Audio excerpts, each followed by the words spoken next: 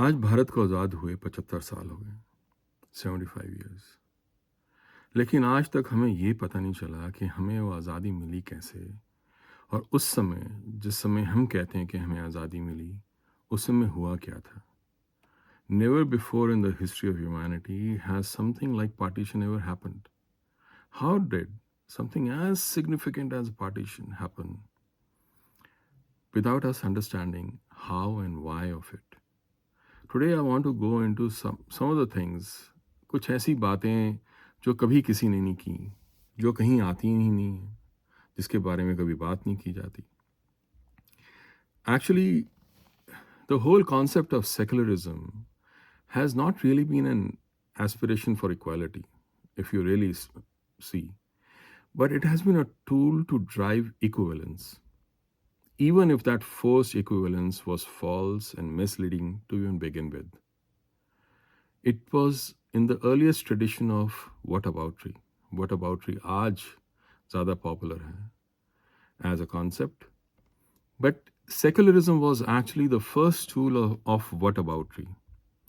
It was a mechanism to balance the scales of the most horrendous crimes of one set of villains by necessarily constructing and positing another set with the sole purpose of creating an equivalence. The sophisticated mischief was justified and carried out on the pretext of secularism. पूरी partition की नींव और उसके बाद का जो narrative है वो पूरा सेकुलरिज्म के ऊपर बेस्ड था.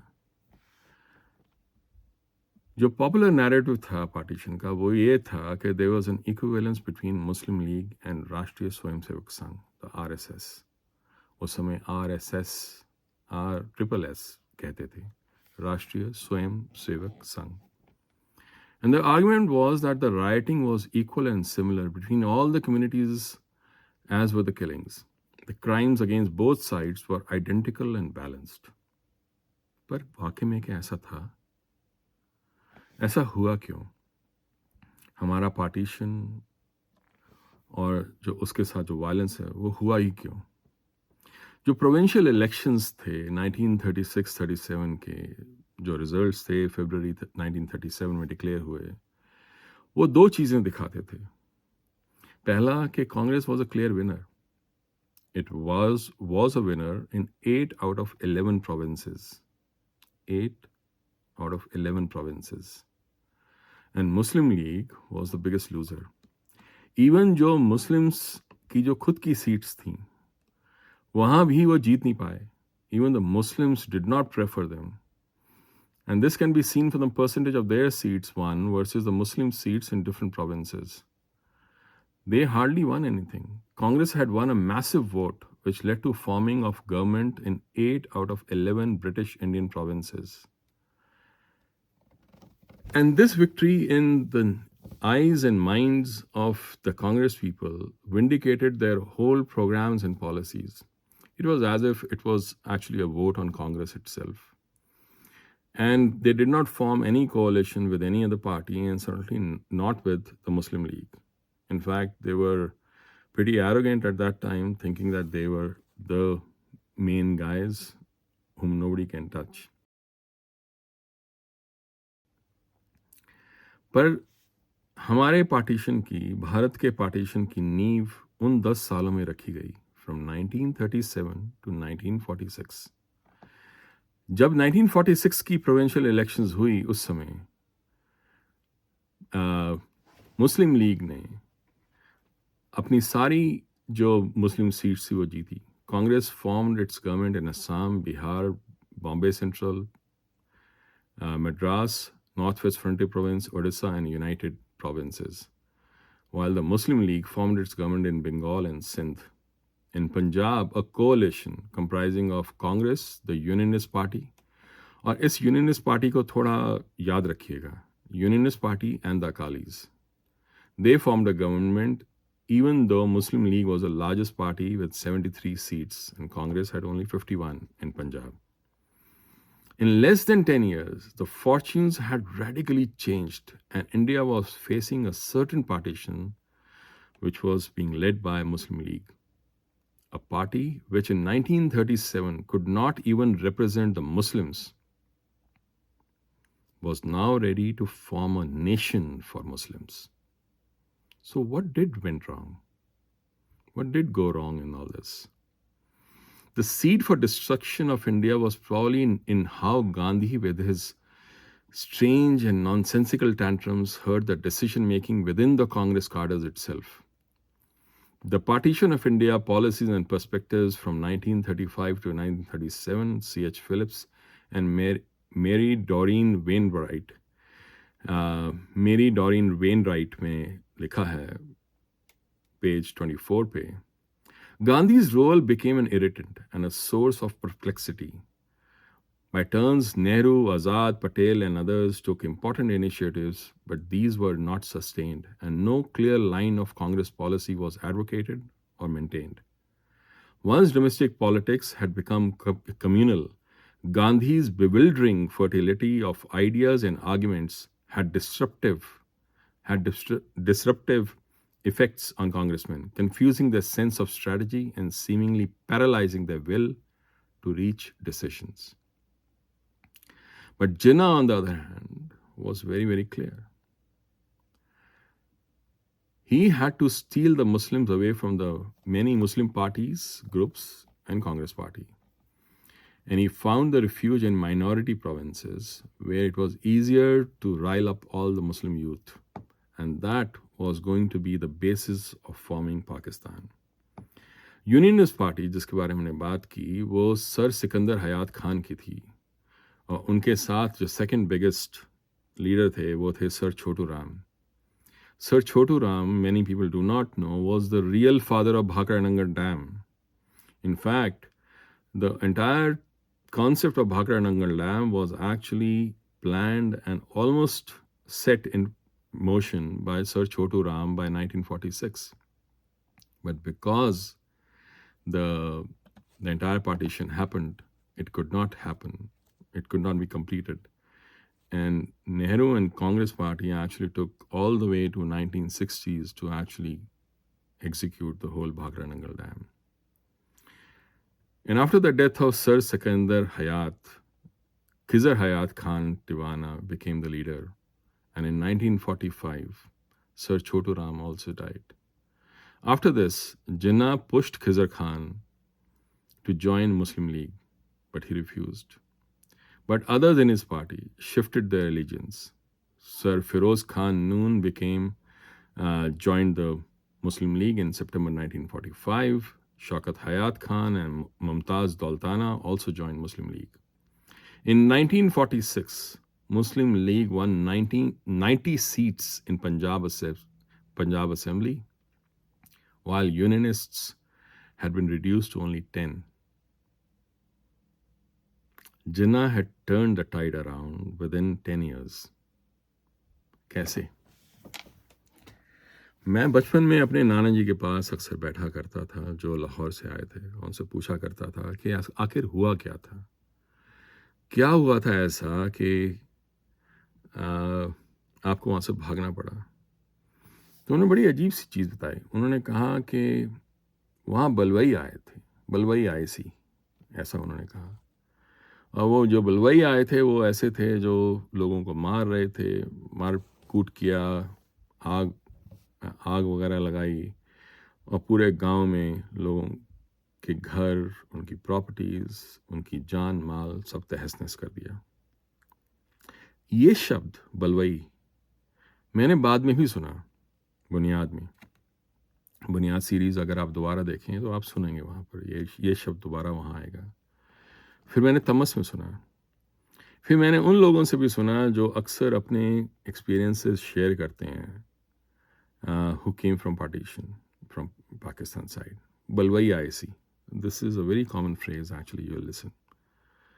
पर कमाल की बात यह है, मेरे नाना जी बुनियाद के कैरेक्टर्स, तमस के कैरेक्टर्स सारे गांव में रहते थे. गांव में लोग अपने आसपास के कम से कम 15-20 गांव के बारे में तो अच्छे से जानते हैं कि वहाँ कौन रहता है, कौन क्या जाता है, कौन क्या करता है, क्या नहीं करता. तो ऐसे कौन से लोग थे जो बलवई थे और उन 15-20 गांव के बाहर से आए थे, जिनको वो जानते तक नहीं थे. ऐसा कैसे हो गया कि सिर्फ एक नहीं, अलग अलग लोग जिनसे भी पूछो वो एक ही बात करते हैं, बलवई आई सी। तो ये बलवई थे कौन? ये क्वेश्चन और ये सवाल मैं बहुत देर से इसका आंसर ढूंढ रहा हूं। इस प्रश्न का उत्तर मुझे मिल ही नहीं रहा था कि आखिर ये आया कहां से। तो ऐसा कैसे था कि इतने सारे लोग जो थे वो एक साथ हर गांव में गए, वहां वहां लोगों को मारा, आग लगाई और वहां से लोगों को भगाया। ऐसा नहीं है कि दंगे फसाद पहले नहीं होते थे, दंगे फसाद पहले भी होते थे, पर ऐसा कभी नहीं हुआ कि वहां से लोग भाग खड़े हुए। ये काम कि बाहर की जब फोर्स जब आती है, ये बाहर की फोर्स हमने कश्मीर में भी देखी। वहाँ से लश्कर तोयबा और बाकी जो और टेररिस्ट थे जो पाकिस्तान ने भेजे वो भी आए, उन्होंने भी लोगों को मारा। दंगे फसाद पहले भी होते थे पर लोग कभी उठ के जाते नहीं थे। तो ऐसा कैसे था कि ये जो लोग थे उठ के चले गए? इसका उत्तर मुझे मिला जब मैंने पार्टीशन के बारे में बहुत डिटेल में पढ़ा। जब 29th सेशन था मुस्लिम लीग का, तो वहाँ स्लोगन लगे, कैद आज़म जिंदाबाद, मुस्लिम लीग जिंदाबाद और पाकिस्तान जिंदाबाद। और वहाँ पोइट्री पढ़ी गई इस्लाम के बारे में। ये 1942 में हुआ था 29th सेशन जो था, इस्लाम के बारे में, पाकिस्तान के बारे में। और जो चेयरमैन थे रिसेप्शन कमेटी के, सर मोहम्मद यूसुफ, तो उन्होंने काफ़ी सारे टॉपिक्स कवर किए। उन्होंने ये कहा कि मुस्लिम की डिमांड है पाकिस्तान और क्यों लीग सेपरेट स्टेट मांग रही है। उन्होंने क्रिटिसाइज़ किया कांग्रेस को और ये कहा कि क्यों मुस्लिम्स जो हैं एक डिफरेंट नेशन है और उर्दू हिंदी जो है वो सिर्फ डिफरेंट लैंग्वेजेस ही नहीं है but to different separate Nations हैं। जिन्होंने बात की क्रिप्स मिशन के बारे में और उसके बारे में जो फंडामेंटल फ्लॉज थे। और 1944 में जब गांधी रिलीज़ हुए तो उन्होंने एक्चुअली जब वो प्रिजन में थे, जब जेल में थे, तो उन्होंने लेटर लिखी थी जिन्ना को कि एक पॉलिटिकल सेटलमेंट हो जाए। और ब्रिटिश ने वो जो लेटर थी वो वहाँ तक पहुँचने नहीं दी जिन्ना तक, बट जिन्ना को पता चल गया। एंड मुस्लिम जो थे वो कुछ लोग तो गांधी जी की लेटर से काफ़ी प्रभावित भी हुए, पर जिन्ना नहीं हुए। उनके पास गांधी जी के लिए सिर्फ गालियां ही गालियां थी। जब गांधी जी रिलीज़ हुए तो वो जिन्ना से जाके मिले, पर उसका कोई हासिल नहीं हुआ क्योंकि जिन्ना कभी इंटरेस्टेड थे ही नहीं। बर्नार्ड लॉ मॉन्टगोमरी जो थे वो अपने memoirs of field marshal the viscount Montgomery of Alamein उसमें लिखते हैं,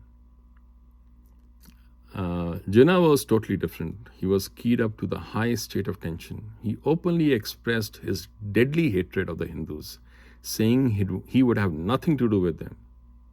And he was deeply suspicious of being asked to share anything with the Indian Union and was determined that the Pakistan should stand alone. 1945 में जब Lord Wavell आए और उन्होंने Shimla conference की, तो जिन्ना को एक कंप्लीट ब्रेकअप चाहिए था। मुस्लिम लीग, जहां कांग्रेस भाईचारे और दोस्ती और सुलह की बातें कर रही थी, वहां मुस्लिम लीग एक अपनी फोर्स तैयार कर रही थी और उस फोर्स का नाम था मुस्लिम लीग नेशनल गार्ड्स। ये शॉर्ट में उनको मुस्लिम नेशनल गार्ड्स भी बोला जाता है। और अगर आप ध्यान से देखें तो ये मुस्लिम नेशनल गार्ड्स या मुस्लिम लीग नेशनल गार्ड्स जो थे, दे वर द प्रिकर्सर और predecessors of Lashkar Taiba and Jamaat like all the other terrorist groups that have happened and come out after that. So उन दिनों में ये नॉर्म था कि ब्रिटिश के पास कि the local governments and the Congress and certainly the Muslim leagues would try and equate the Muslim league national guards with the राष्ट्रीय स्वयंसेवक संघ, क्योंकि ये आसान था। इस तरह से मुस्लिम लीग नेशनल गार्ड्स को बचाया जा सकता था। इसलिए out of secularism, both from the Congress side as well as from the British side, it was very easy to actually create equivalence between Muslim League National Guards. And उसके बाद भी उसके बारे में काफ़ी बातें हुई, पर इनके बारे में जानना बहुत ज़रूरी है। जो मुस्लिम लीग नेशनल गार्ड्स थे वो बहुत पहले से उसकी नींव रखी जा चुकी थी। दिसंबर 1946 में सरदार अब्दुल रब Nishtar had already started pushing the Muslims to join the Muslim League National Guards in very, very large numbers. And Muslim League National Guards members were actually being recruited in large numbers, and also the process of equipping them, right, had already started. सरदार शौकत हयात खान जो थे वो in charge थे इनको recruit करने के, और सिर्फ उनके कार्डर्स ही एक्सपैंड नहीं हो रहे थे, उन्होंने और भी बहुत सारी तैयारी करनी शुरू कर दी।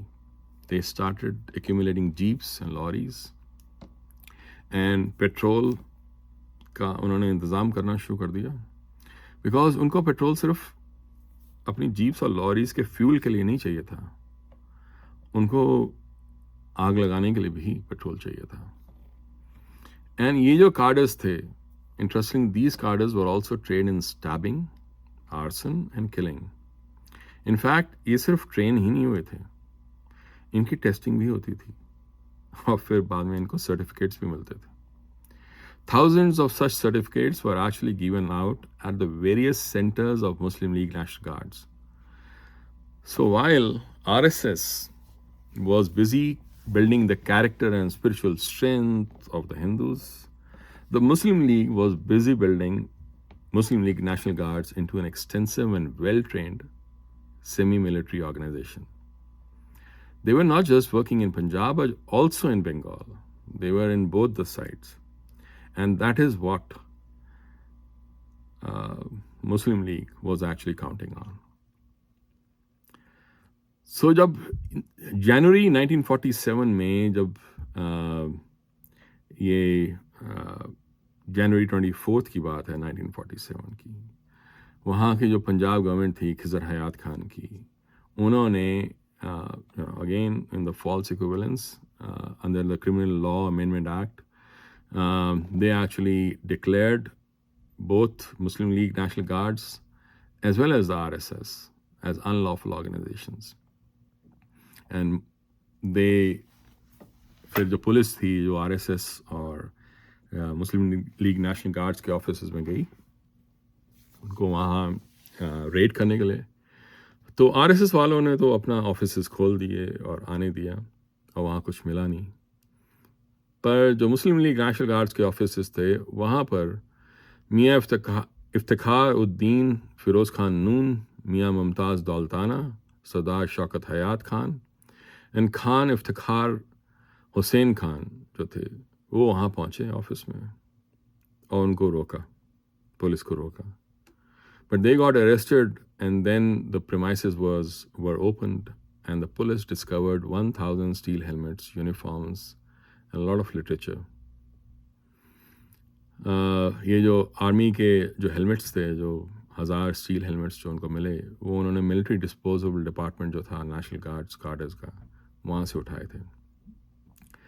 They also wore uniforms and were trained in army drill.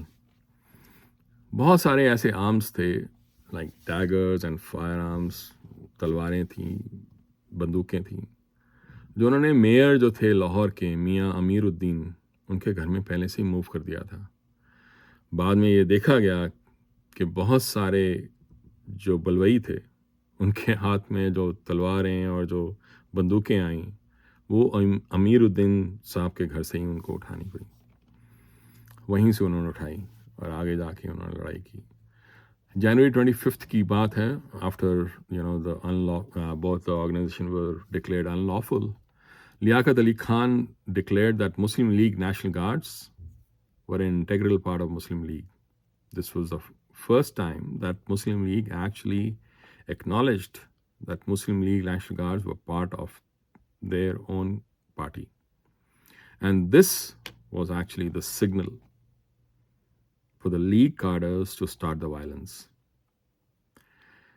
And 26 को पंजाब गवर्नमेंट ने जो केसेस थे वो विड्रॉ किए against the Muslim league leaders. And 28 of January को ये बैन जो था आरएसएस और मुस्लिम लीग नेशनल गार्ड्स का वो रिवोक किया गया. और 20th of February को क्लेमेंट हैटली ने अनाउंस किया पार्लियामेंट, ब्रिटिश पार्लियामेंट में, that it was his considered opinion of His Majesty's government to transfer the political power to the Indian hands by June 1948. And उसके बाद से वहाँ लड़ाइयाँ शुरू हो गई. February 28 की बात है जब मास्टर तारा सिंह जो थे अकाली दल के, उन्होंने कहा हम सिखों को भी तैयार करेंगे. उनका नाम रखा अकाली फौज. ऑफ कोर्स उन्होंने कुछ खास किया नहीं. और गोपाल दास खोसला जो थे, जस्टिस गोपाल दास खोसला, जो बाद में जाके चीफ जस्टिस बने पंजाब हाई कोर्ट के, इंडिया के पंजाब हाई कोर्ट के, उन्होंने किताब लिखी है द स्टर्न रेकनिंग. उसके अंदर डे बाय डे उन्होंने हर इवेंट के बारे में, हर आगजनी के बारे में और क्या हुआ उसके बारे में पूरी डिटेल दी है. Up until almost August, RSS or the actions in India almost did not happen. They were all happening in the what was to become Pakistan. So जब हम बात करते हैं पार्टीशन के बारे में, पार्टीशन अपने आप नहीं होगी, उसके पीछे बहुत सारे लोग थे. तो अक्सर मैं सोचता हूँ कि ऐसा कैसे हो गया कि ये पार्टीशन हुई, मुस्लिम लीग नेशनल गार्ड्स थे और उसके बारे में किसी ने सुना ही नहीं. इतना कुछ हो गया, इतनी वायलेंस हुई, वो जगह वो they were trained to actually go from village to village, stop people for which they had already gotten certificates and training and everything else. Testing हो चुकी थी उनकी. वो जाके आग लगाते थे, लोगों को मारते थे और आगे बढ़ जाते थे. ऐसे ही उन्होंने एक एक करके सारे गांव में से लोगों को, हिंदुओं को, सिखों को वहाँ से बाहर फेंका. इसीलिए हिंदुओं और सिखों के पास कोई चारा था नहीं to fight back, because the Muslim league national guards was actually a very almost big. Bye 1947 अगस्त तक उनके पास करीब 40 से 50 हज़ार कार्डर स्ट्रॉन्ग एक आर्मी थी, semi train military army which was being used. So this is the reason why India really got partitioned. And on the other side, of course, the same, Muslim League National Guards of Bengal also did their work. RSS तो था ही नहीं. जब direct action day जब वहाँ announce हुआ, उसके बाद जो वहाँ लड़ाई दंगे हुए बंगाल और बिहार में, वो मुस्लिम लीग नेशनल गार्ड्स और बाद में to defend themselves, the Congress cadres actually fought against each other. RSS Bengal में इतनी नहीं थी, इनफैक्ट शायद थी ही नहीं. वो पंजाब और महाराष्ट्र और वेस्ट साइड पे थी. वहाँ डायरेक्ट एक्शन डे जो था 1946 में अगस्त 16th, वो एक्चुअली जिन्ना ने अनाउंस किया था to be done on the pattern of the battle of बदर, जो मोहम्मद साहब ने की थी. And the idea was that it will start during the Ramzan and they will do exactly what was done during the battle of बदर.